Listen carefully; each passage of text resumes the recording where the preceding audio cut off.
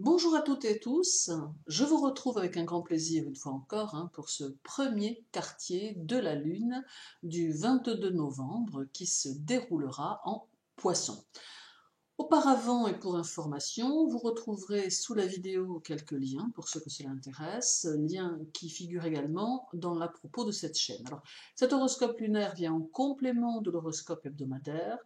Et même si ça ne reste que des tendances générales et non individuelles, cela peut malgré tout nous délivrer quelques messages que nous pouvons prendre en considération si nous y sommes réceptifs. Le 22 novembre 2020, le premier quartier de la Lune se fera à 4h46 dans le signe des Poissons, signe qui est en harmonie avec elle, même si elle n'en est pas le maître. Le premier quartier de la Lune est toujours synonyme d'un nouveau pouvoir qui se libère, permettant de toujours poser de nouvelles bases.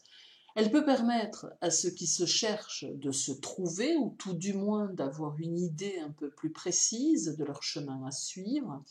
Elle peut aider ceux qui ont de multiples talents dont ils n'ont pas conscience à les voir se révéler. Elle peut apporter des opportunités à ceux qui savent les saisir et elle peut favoriser les aspects émotionnels de la vie, permettant aux uns et aux autres de mieux se comprendre. Toutefois, tout ceci ne peut se manifester que si l'on y est réceptif, c'est-à-dire lorsqu'on reconnaît que la vie se gère en termes d'énergie, car en définitive, et à tout bien y réfléchir, nous ne sommes que de l'énergie, en d'autres termes, des atomes, et à ce titre, nous réagissons aux changements qui nous entourent, dont la Lune fait partie, tant elle a de pouvoir sur ce que nous sommes. Ce premier quartier du 22 va susciter chez beaucoup d'entre nous de nouveaux désirs, de nouvelles envies qui peuvent aller de la plus simple à la plus complexe, tant elle va nous influencer et nous entraîner sur la pente du changement. Elle donnera de l'énergie aux conquérants et des idées aux enthousiastes, mais elle pourra peut-être apporter chez certains un courant de lassitude qui peut avoir tendance à se faire fortement ressentir. Cette lune va nous donner envie d'avoir le contrôle sur les situations et sur les choses, et elle fera en sorte que tout ce qui semble hors de contrôle se trouve sujet à caution et remis en question. D'ailleurs, en astrologie mondiale, elle met en évidence le peuple et les finances, et elle n'exclut pas des désaccords qui peuvent survenir et qui peuvent engendrer des colères. Tout en même temps, elle peut générer des conflits et entraîner des protestations et des discussions, d'autant qu'il y aura ce jour-là un carré au soleil en Sagittaire, d'où également un impact de l'étranger sur la politique commerciale et quelques remous à redouter. La lune en poisson, c'est aussi la création, l'intuition, mais également les projets et les objectifs communs. Autrement dit, nous sommes ici dans une phase qui demande de la solidarité, ce qui reste le sens du signe des poissons. Elle nous invite à nous aider, à s'entraider, afin de pouvoir faire face aux situations qui s'annoncent et qui nous demandent un certain recul.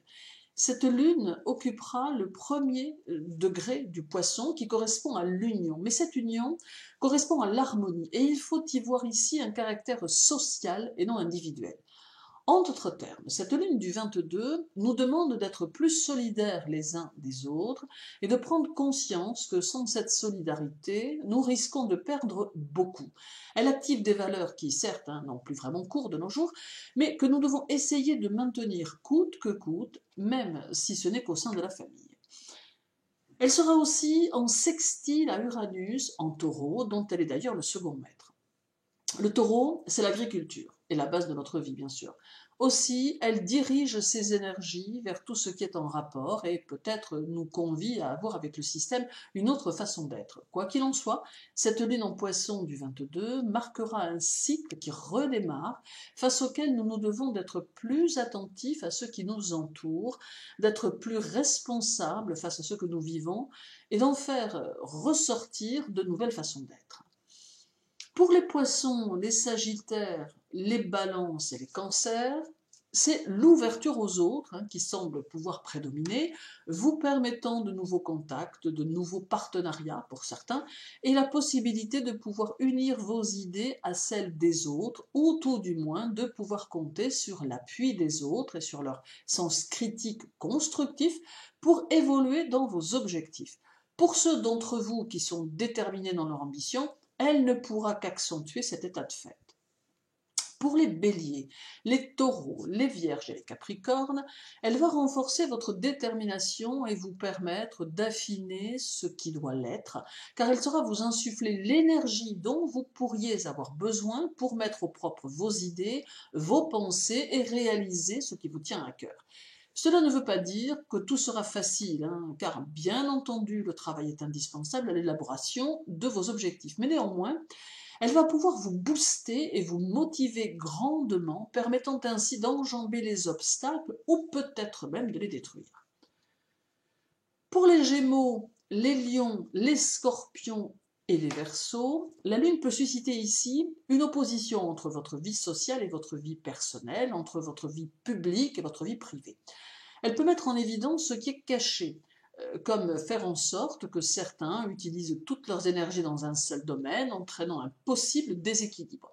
Il est possible que votre émotionnel détermine votre investissement et que cela ait un impact sur vos capacités sociales et professionnelles.